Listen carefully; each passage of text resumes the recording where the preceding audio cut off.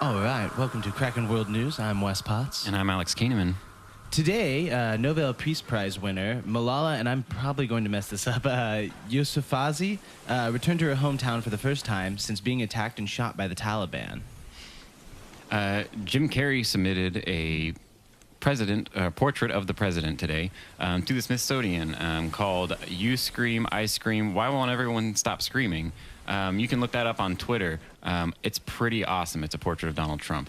In Russia today, 50 UK diplomats are being expelled due to the spy death scandal that's been rocking that whole country recently. Japan has been reporting and warning a lot more recently that North Korea is lining up to do another nuclear test. The last one they did was last September. And in U.S. news, a man in Sibley, Iowa, won the legal battle against city officials.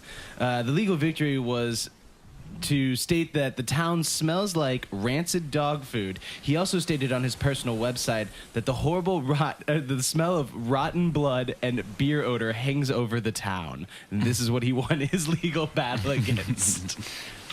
And a brand new Predator movie is going to be released later this year for all of you Predator fans. Oh, yeah. And I personally am very excited about it. I'm just going to go ahead and lead this off. Predator has been one of my favorite movies for a very long time. I mean, it is easily one of the scariest action films that I've ever watched just because of... He's terrifying. He's terrifying. The Predator's terrifying. What was it? Going along with Predator, didn't... I think it was yesterday, Arnold Schwarzenegger had heart surgery. Oh, really? Yeah, he had like a open heart surgery and stuff like that to remove some capillary or something like that. I probably had too much muscle. His heart was so swole. It was way too swole. This fits into the new movie. The fact that Arnold Schwarzenegger has gone so Super Saiyan that the Predator needed him to have a surgery to knock him down a couple pegs. That's exactly what's going on. I bet you they're filming it right now in the hospital. Like the Predator shows up in the hospital and like is coming for him. Right, and starts attacking him. And then he just is like fighting him with like half of his heart hanging out of his chest. Mm-hmm. So it's been a while, man. Yeah, we had a big ordeal. The last Nautilus sank. We're here at the Nautilus 2. This is the Nautilus 2, Electric Boogaloo. We were attacked by pirates, and obviously, if you were following our Twitter at all, it's weird that I had cell service the entire time to actually tweet something, but we had quite the endeavor. I mean, we had messenger birds. Yeah, it was great. We just flew back in. The Thai fishermen were really nice. I'm really glad we got to play mahjong. Yeah, that was a pretty good time. What I didn't like was how they would just take whatever fish they caught and just let it dry out on the top of the boat, and then they would just sprinkle that into their noodles. That was gross. I thought it was delightful, honestly, but it was way. I mean, food's food. It was way better than the few days that we lived off coconuts. I mean, that's true. But man, do I love coconuts. There are a million uses for coconut oil.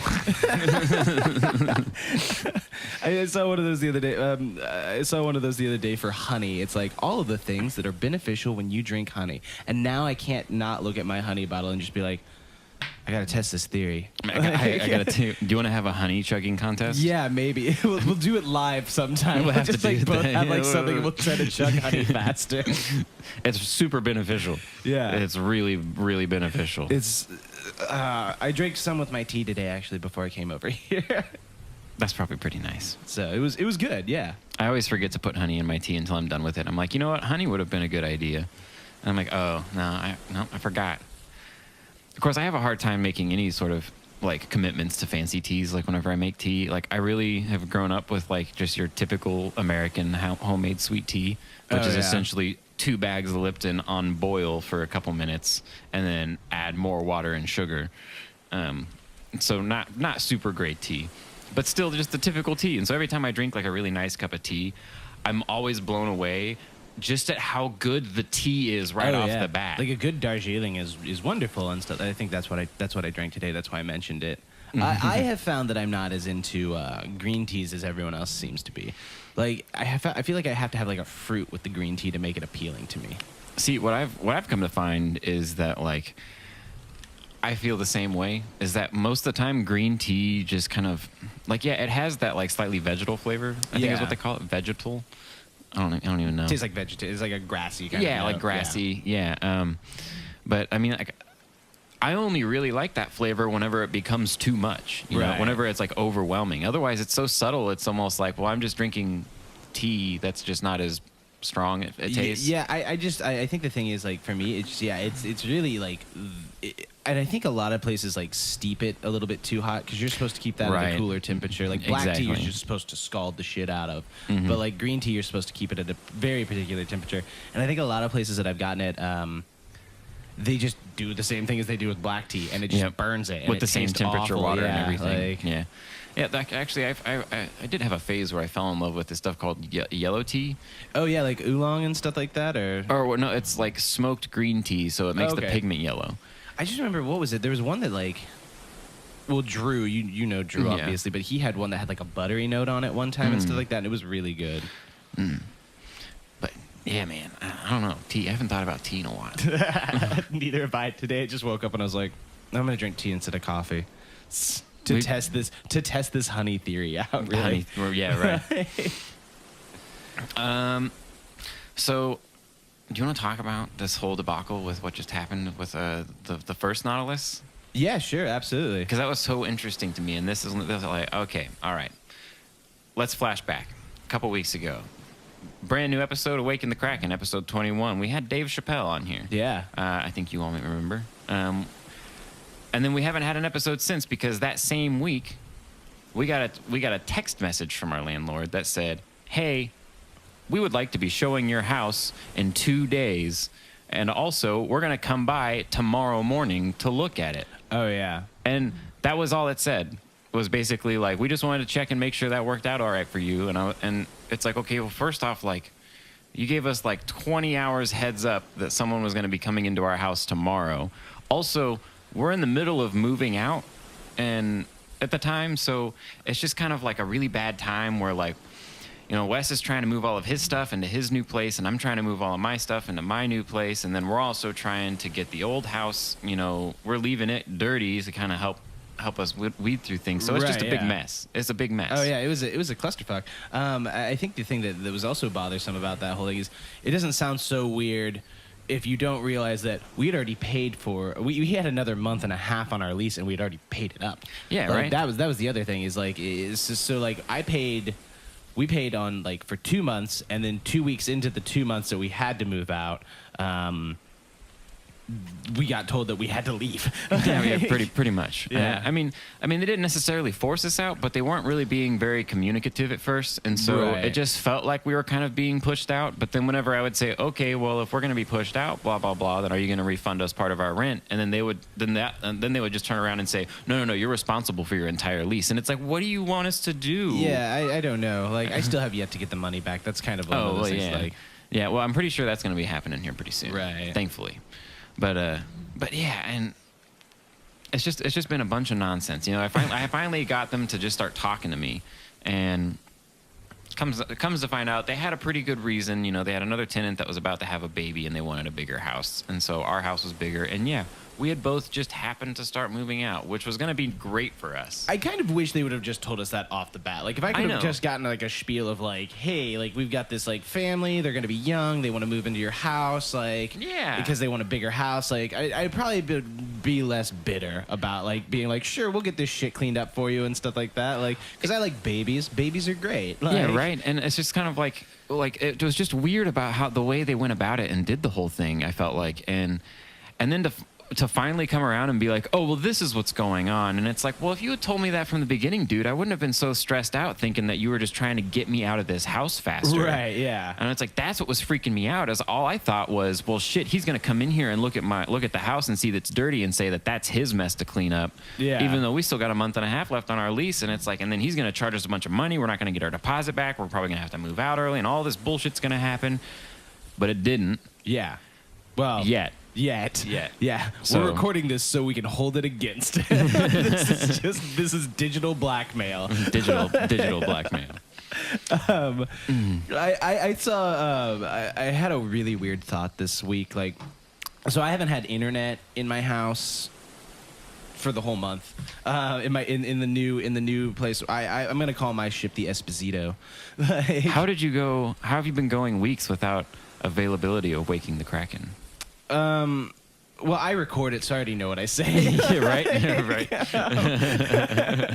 I have first watch episodes, like, but yeah, I was on the Esposito, and basically I was sitting there one night watching a DVD that I had, but I started to think about like, what if animals were anthropologists? Like, if they study us just as much as we study them, and I started to come up with the idea. I'm like, do you think that in a Congress of flies, like one of their big, like, we're worried about global warming, obviously. Like, humans are like, right. We're worried about global warming or, like, you know, nuclear holocaust and stuff. And I have to wonder if flies are like, we need to make a motion to discuss the fly swatter epidemic. We don't know where these are coming from. Somehow these sentient swats just hit right. us, like, and we're losing brethren by the millions. Countless numbers of men.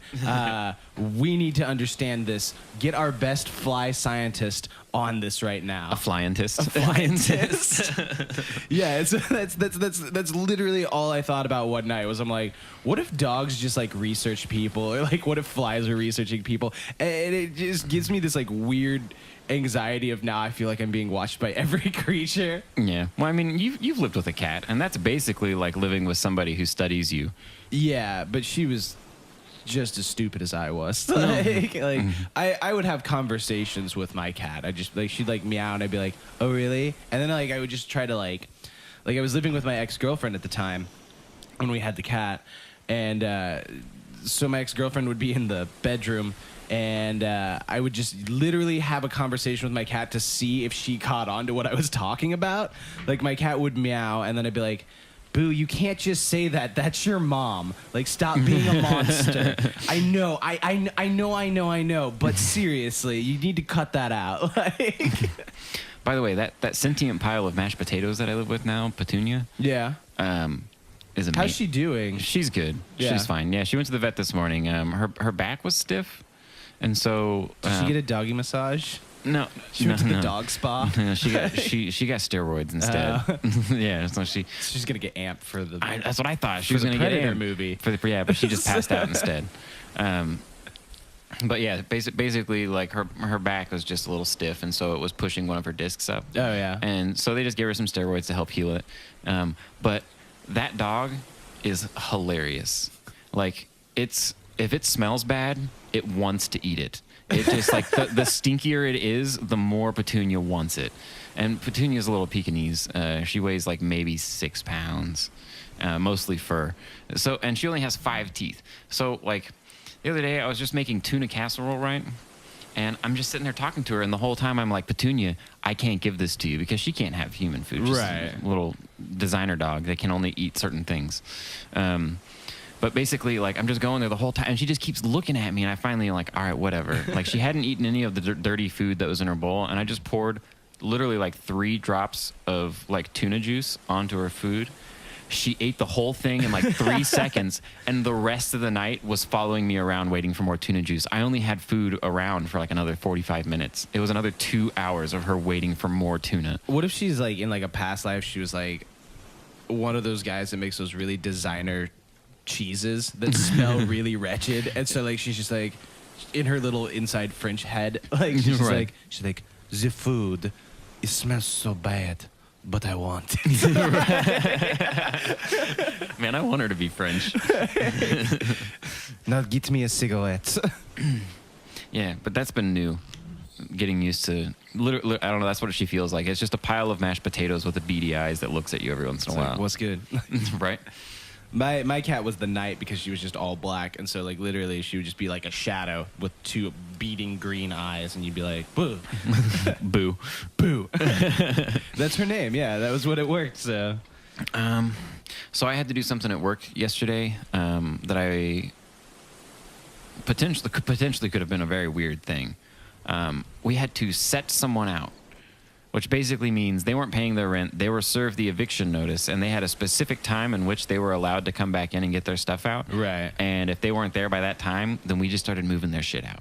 Okay, that's new. Yeah, so I had to set all their shit out on the lawn. So not only did you have to move things this week, but you had to move someone else's shit this week too. Yeah, I had Just lots of moving. I had for to you. move couches and beds, and of course, so I already felt kind of awkward at the beginning, knowing that I was going to have to go touch some person's home, personal things, yeah, and put it out on the street and I know the people that live in the apartments I work on, like they're cheap apartments, and it's like if that stuff's out there unattended for 15 minutes, it's gone. Yeah, you know, and so that's all I could think about was like.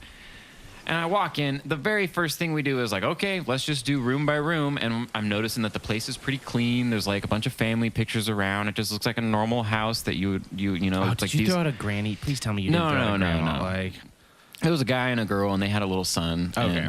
But I did feel bad because the first room I go into, it's just shitloads of toys and shoes that are like this, you know, like 5 and 6. Tiny, And I'm just like, I don't want to do, he didn't do this. All right, so you just unload toys, and thankfully they ended up showing up while we were still moving stuff out. So they could grab a lot of their and things. so they were grabbing it, and they weren't even mad about it. They were just like, whatever, yeah. Like they just felt bad that we had to do it, and it ended up being really pleasant. And you know, of course, they also have like the sheriff come by, or one of the just in case someone comes up and they're like, "Hey, what are you doing? Like, you need to put my shit back." Right, like, exactly. Gotcha. Yeah, and so he was there, and honestly, they were pretty nice kids. Right. But I mean, if it's telling. Whenever we were moving the stuff out, like on the nightstand of the bed was like a document from the hospital, and the guy had just had an opioid overdose like 7 days ago. Wow. Right. I so see, yeah. So I was like, oh, that's why these people haven't been paying rent. Because they're on drugs. Because not only were they on drugs, but this guy was had in to the go in the hospital. hospital. Yeah, and it's like so they're fucked. They just got fucked. You know? Yeah. No, hospital bills are ridiculous now. Like it's almost like astronomically. It's the only thing, also, isn't it, that like, or no, that's the only thing that you can't get when you file bankruptcy is that, right? And student pretty much. loans, I think. Yeah. So everything else you can just take away. Just take it. Yeah, pretty much. But yeah, no, that's crazy. And they'll get on you like crazy too. Like they'll be like, "Hey, you missed a couple payments. Like we're sending this away to a collection agency." Straight up. Yeah. Yeah, straight up. Yeah, and and you know, oh man. Okay, the studio, we just made a big investment today. Right. Today, it happened today. We now have the entire collection of UAD powered plugins. For those of you that makes any sense to. Essentially, what that means is the company that has designed the best recording hardware and software for like the last 30 years. Right. We now own everything they make. Oh, nice. And they're all like digital plugins. So they're all going to be at my fingertips, and I can use them all the time. And a lot of them are like digital replicas of like vintage equipment that you can't buy anymore that have particular sounds. And I'm very excited. Like I've been kind of, we've only had 16 of these plugins until now. Now we have 69 of them. Nice. So the studio is moving in a good direction right now. So I watched a video. Obviously, I've gone off on the Anunnaki before and stuff like that. I like these weird old theories and stuff like that of archaic things. I watched. Have you heard I'm sure you have, but have you ever heard the stoned ape theory? Oh, absolutely. Yeah, I kind of want to talk about that a little bit. Oh, wonderful. I thought it was really interesting. The idea that like our ancestors, when they were in like more primitive forms and stuff like that, used mushrooms to kind of help expand their mind and stuff like that, and also to It explains a lot. Like there was one thing that the one guy was talking about, where he was talking about the human brain expanded, like the human, like from like its nature, like it grew, I think like 2 or 3 times bigger than it was in the span of like 2,000 years. 2,000 years. Something God ridiculous. It's right. It was like a 20,000 years. 20,000 years, and it expanded. And he's like, and that's very rapid and fast for evolution time and stuff like that. And so they were talking about like how did this work, and why would this theory explain a lot of things. They were talking about how like back in history, if you could be brave and caring, like if you could be like kind of like if you get rid of your fear and you could also show that you were a caring leader, like tribal societies seem to like pick leaders that particular manner. And the idea of like the psilocybin that's in these like mushrooms kind of postpones that fear. and thus also still like makes you feel compassionate, like more compassionate. You're more open and susceptible to like understanding people, or you have this notion of understanding and stuff like that. And I thought that was a really interesting theory. Yeah, I mean, and not to mention that like psilocybe cubensis, which is the very specific like strain that they're talking about in reference to, it's the magic mushrooms that make you go crazy that everyone knows about, or psilocybin is what a lot of people call them. But that particular strain, or just psilocybin cubensis, occurs. It's the only one of the few mushrooms that occurs literally in every place on the earth, except for like Antarctica. Sure, but it occurs on all continents naturally, and what's important about that to me, and why I like this theory a lot, is if you think about, like primitive, like primate, like creatures like us, more than likely lived in trees and forests for a long time, and it wasn't until the climate started to change that they really started to move out into the plains. And whenever you move out into plains, the first thing that you're going to encounter are plains animals like horses, bison, cow, antelope, anything like that. And what's going to be in a plain? A lot of shit. And you know what grows on shit? Psilocybe cubensis. And you know what? It grows really good on it. And so if they see this fleshy mushroom in the field and they're picking it and they know, oh, we can eat this, they would have to eat a lot, to be tripping, as like a lot of people consider tripping. But I mean, like, it's the microdosing kind of idea. And it's like if you're just snacking on them all day, your brain is being basically just aroused a lot more frequently than it normally is. Like it's even forcing you to think. You get slight visual acuity. Like you can focus in on stuff. Well, they were talking about how even that could possibly explain where the idea of like language started up and stuff like that, where it's like you start to communicate and go, oh, we recognize that this is the same kind of like word kind of thing, and then you kind of explore that kind of idea. And you do see it a lot of times with people that do like mushrooms and stuff. Like if you're watching someone that's on mushrooms, they're kind of kooky and they come up with these ridiculous ideas sometimes and stuff, and sometimes they work really well. Other times they're insane. But like, I mean, and like I've been around a couple of people who have been like, really going at it, trying to have the experience, and whenever you get to a certain point, like trips kind of have like that breakthrough point for some people where like they're like just unaware of what's going on around them anymore, because their imagination's off in nowhere land. And whenever people get to that point, I've always seemed to notice they do the same thing.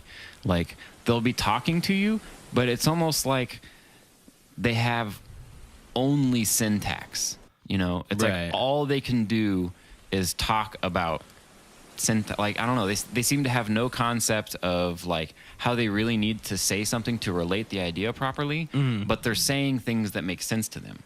And it's like they're removing all of the stuff that we use to relate ideas to each other, and they're just speaking in their thoughts. They're not thinking about relating it because they don't have a concept of themselves anymore.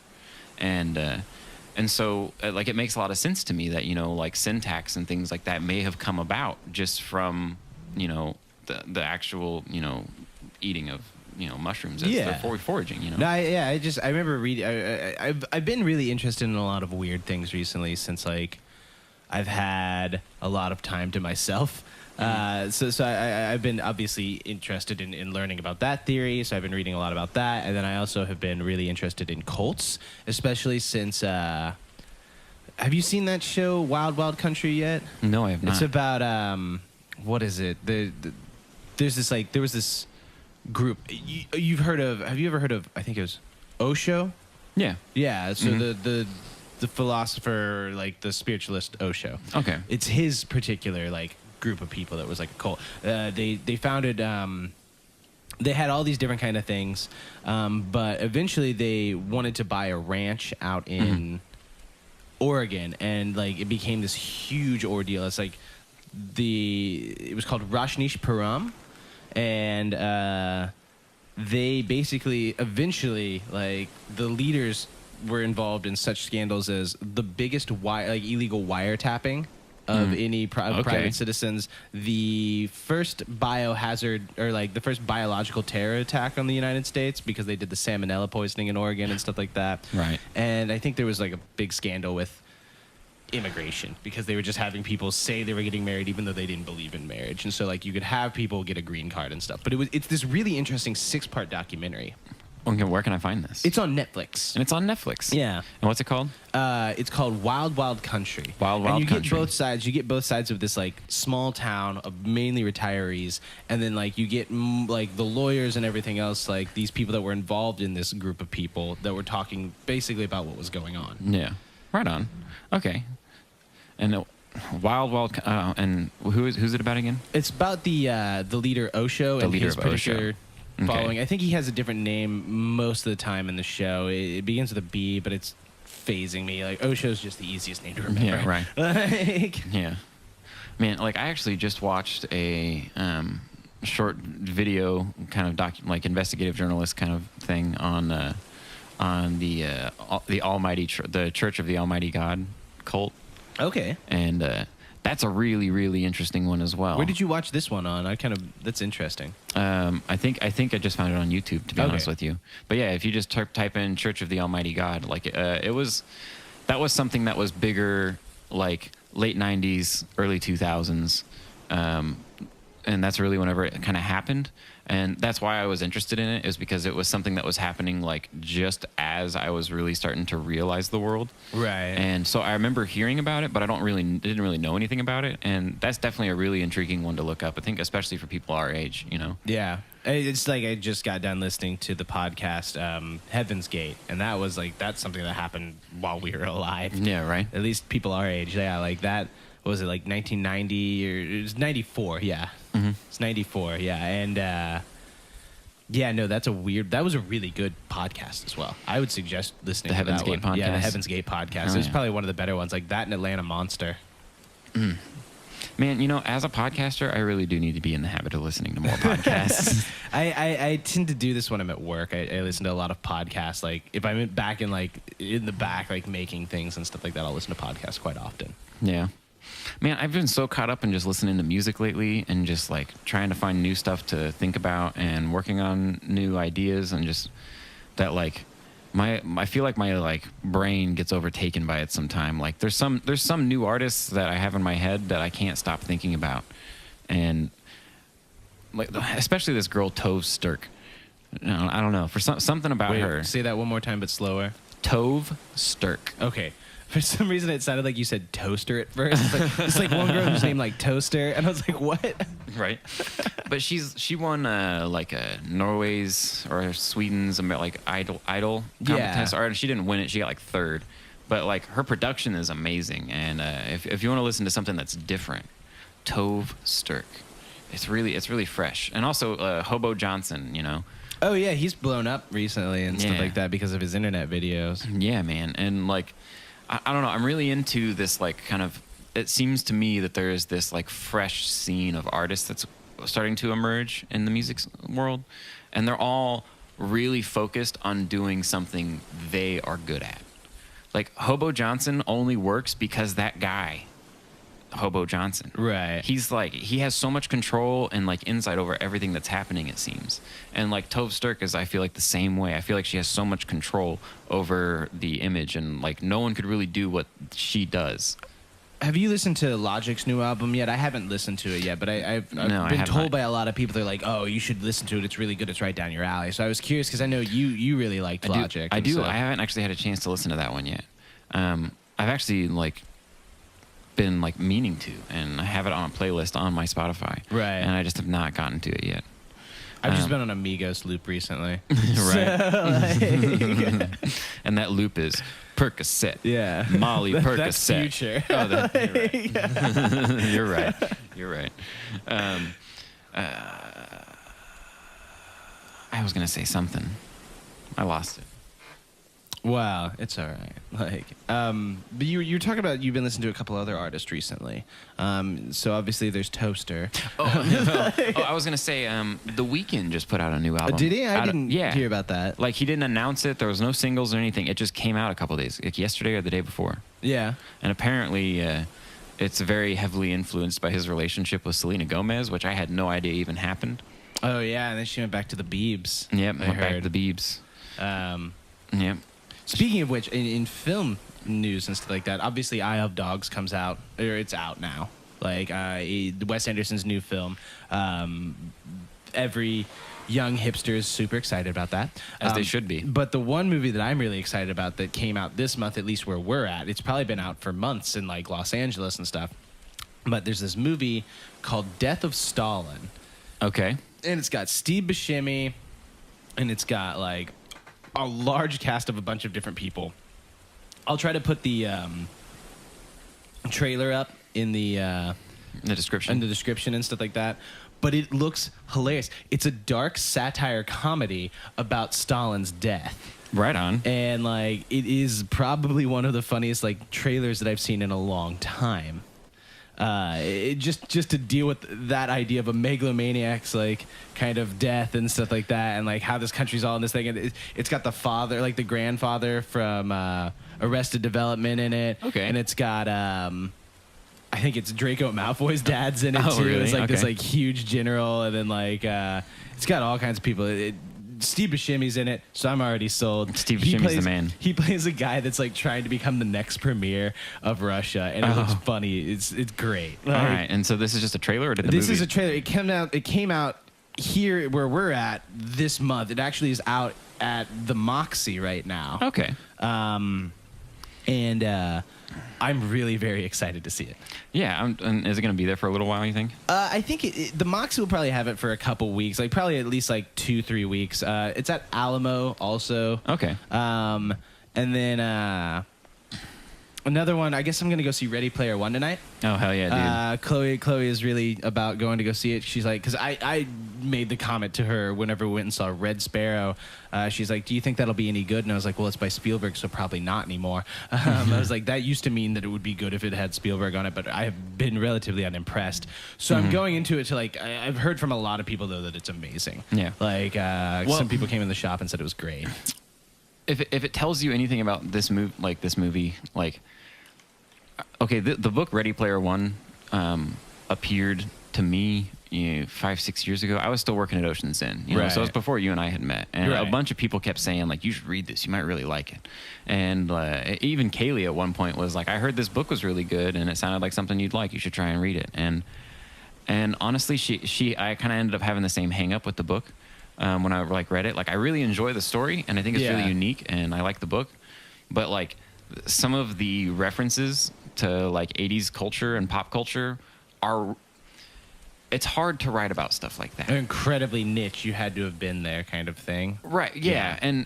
But even then, like the writing depends upon the writer either already knowing the reference or having to just straight up explain exactly what the reference is. Right. And that pulls me out of the story a little bit. Yeah, you can't just like read it and be like, oh, I kind of get what they're saying. Right. So when I was looking up information about the book, whenever I was trying to read it, I ended up finding out that before the book was even finished being written, Steven Spielberg had already bought the rights to the movie. Oh, so he's had this for a while now. Yes. Okay. And so that made me more excited for the movie because I was like, well, first off, this book needs to be a movie because that problem I said would go away if you could just see it. Mm-hmm. And so I was thinking, like, my first thought was, well, they've added all these new references like Halo characters and the Iron Giant, which weren't present in the book, and also the light bikes from Akira. Oh yeah, I just watched that too. Oh yeah, I just watched Akira. Yeah, I'd never seen it, and everyone had told me, so I went out and bought it. It was so good. It's so good. We'll talk about it later. It is really but good. keep going on Ready Player One. But, yeah. So I've been kind of like a little excited because it's like, okay, well, this is something like, to me, this is like E.T. to Steven Spielberg right now. Right. Like he's viewing it the same way, and it's kind of got like all of his culture of when he was popular balled up into it. Right. Yeah, he invented a lot of that pop culture, so he gets to exploit a lot of that. Like, right. to like. So I can imagine the movie being really entertaining and probably really well done for him. Yeah, no, I mean that definitely makes sense. Mm-hmm. I'm just excited to see it because it sounds visually stunning. Like at least at bare minimum, like any of the complaints that I've heard from critics and stuff like that, I'm like, at least it'll probably be visually stunning. Yeah. The story may, or I'll report back later on that one kind of thing and stuff. But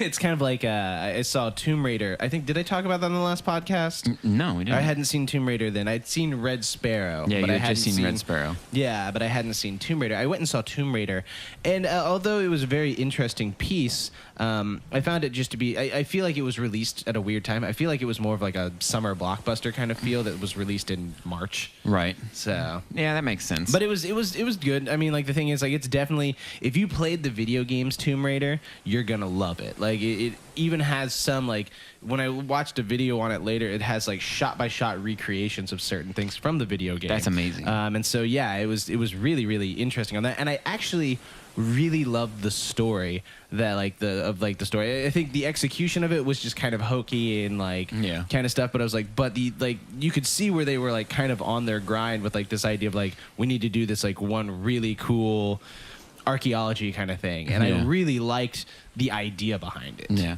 See, and honestly, like I was kind of worried about that movie right off the start. Not because I was worried about anything that the movie was presenting to me, but because as soon as they announced the girl that was going to be Lara Croft, there was such this big, crazy fucking uproar from people who were just saying her tits aren't big enough or blah, blah, blah. She doesn't look womanly enough. And it's like, this is a woman who is actually physically capable of being Lara Croft. Right. And it's like, and she does most of her own stunts and is like, there's a whole scene with bicycles in that movie that I think that scene alone was really fun. Like I really liked that scene. When you get onto the island that they go on and stuff like that, not as much. But that bike, like there's this like they play this game in the movie, and it's called fox hunting, and it's kind of a rendition on the old English tradition of going fox hunting. You know, where you have like your dogs and you're on horseback and you are hunting a fox. So basically, what they do is they put this like little wire off the end of your bike, and they put like a little foxtail on the back of it, and everyone else is on bicycles and you're on bicycles, and one person is the fox, and they have to try to get this tail off, and you roam throughout the entire city of London trying to hunt this person. And the only way that they know that they can track you is they take a paint bucket and they poke a hole in it, and whenever the paint bucket is empty, if the fox still hasn't been caught, then she gets a lump sum of money. Oh, nice. So it's like kind of this like incentive for her to go really fast and be really good at it, but they can still track her by this green paint that she's leaving on the pavement, which is really interesting. That is clever. So, man, movies are fun, dude. Movies are. I talk about movies a lot apparently. Like, well, I don't know. I've been. That's something I've been thinking a lot about lately. Is like how I feel about movies. And the role that they kind of play in my life. And I had this interesting thought that like, what if actors, like the famous actors that get used a lot, and like pop stars that we see all the time, and the icons. Right. I feel like almost my entire life I have, grown up viewing them as like separate, these people. Entities. Yeah, they're these like entities that are doing the thing, and it's like, man, I wish I could do the thing. And and now that we do the thing, right? I mean, I understand that like even more so than ever, like I have felt more and more disconnected from those people because I've been trying really hard myself to be myself, right? And so I feel like the more that I focus on something that a pop star is doing, the less myself I'm being. But then it just hit me the other day, like, and it's kind of made me reappreciate movies and stuff again in a different way, right? And I've realized that emotionally, I always treat the characters and movies and the pop stars I see as versions of myself, and I basically judge whether or not I like them based on whether or not that person is somebody that I would like, that I could see myself being. Right, or being around. Yeah. And it's kind of interesting because like when I started to go back through all of like the music that I listen to now and all of my favorite movies, and I look at them, I can see parts of who I am in these characters more clearly now than I could before, and it kind of helps me understand myself through movie characters in a way.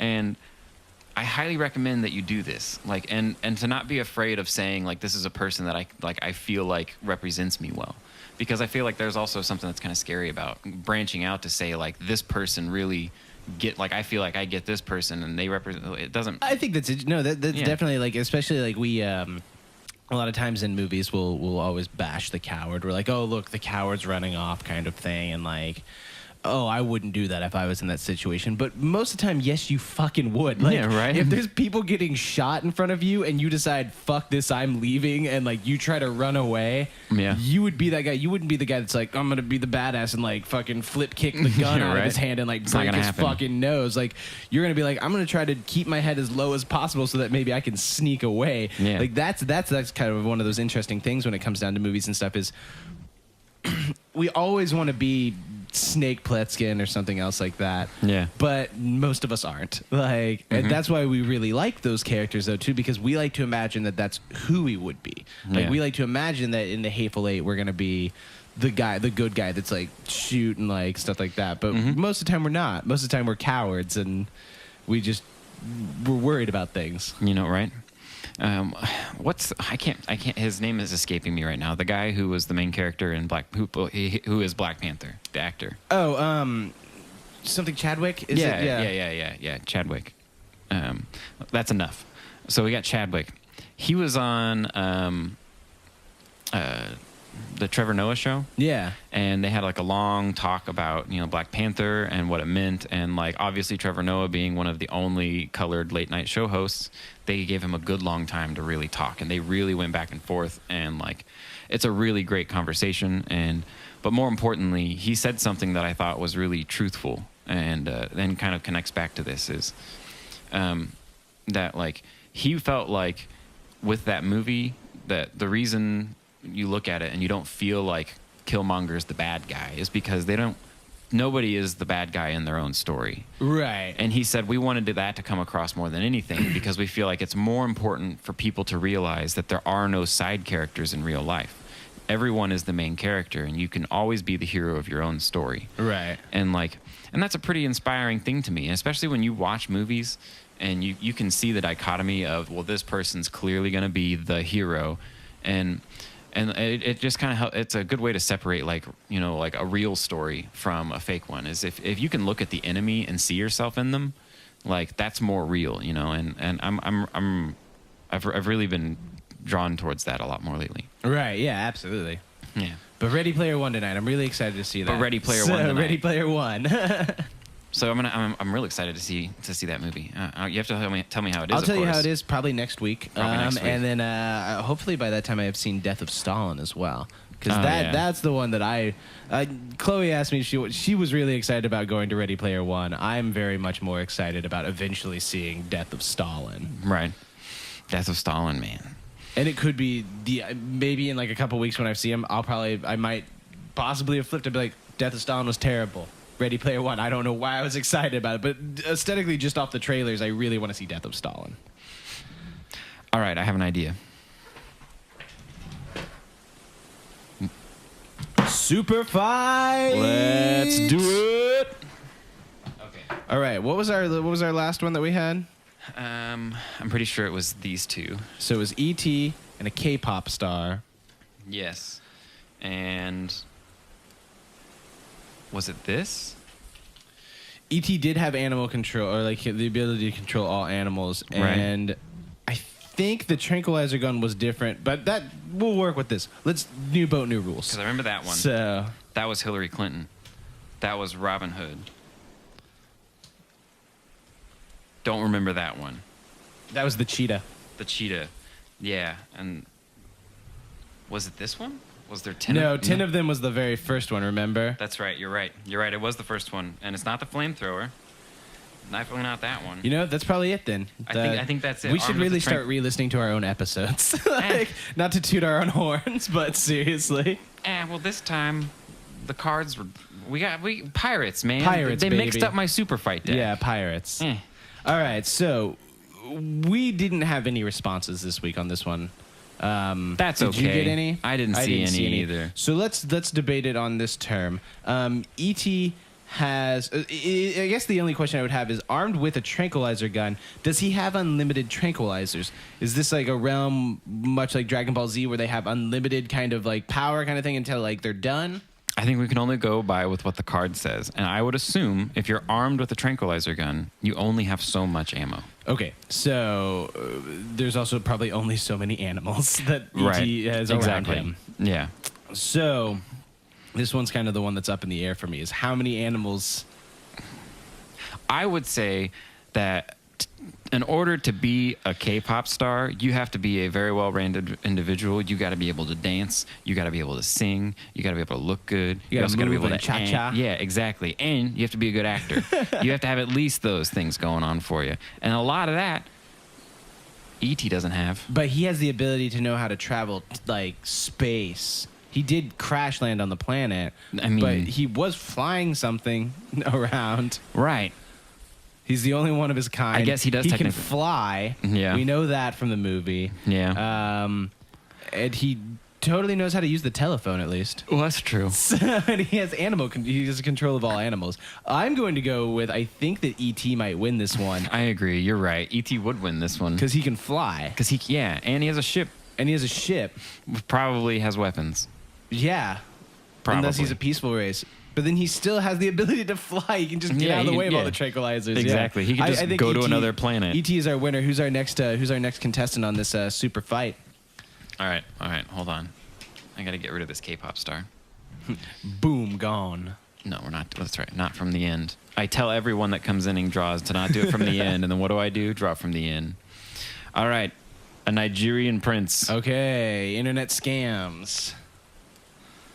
Have you seen that one guy, James Veach, who like responds back to like these internet scammers and stuff like that? He's on YouTube. No, I haven't. He's a haven't. genius. Like he did the ducks in the bathroom. Oh kind of yeah. spiel and stuff like Okay, that. no, I saw the think ducks. I was telling you about it. I saw the ducks in the yeah. bathroom thing. So the Nigerian prince has super jump, which makes this feel more and more like Dragon Ball Z to me. Yep. They're flying and jumping. E.T. has control of all animals. The Nigerian prince has super jump. Super jump is a very vague term. So Right. we don't know how far his jump can do, so we're just going to go, it's as far as your imagination can run. As far as you can legitimately argue for. Yeah. If you can give us a good reason for that jump to be super, I guess If I'd you can accept it. redefine our views of super. But check it out on... I guess we'd do a poll. Yeah, we'll do a poll. Do you want to do it on Facebook or Twitter? Let's do it on both. We'll just do it on Facebook and Twitter. Yeah, just look at the stuff that's labeled Waking the Kraken, and there should be a poll somewhere. Yeah. That's the goal, right? All right. Well, thank you for joining us for our newest episode from our new home on the new Nautilus 2. Nautilus 2. And we hope that you guys have a good week. I'm Wes Potts. And I'm Alex Keeneman. Goodbye. Bye.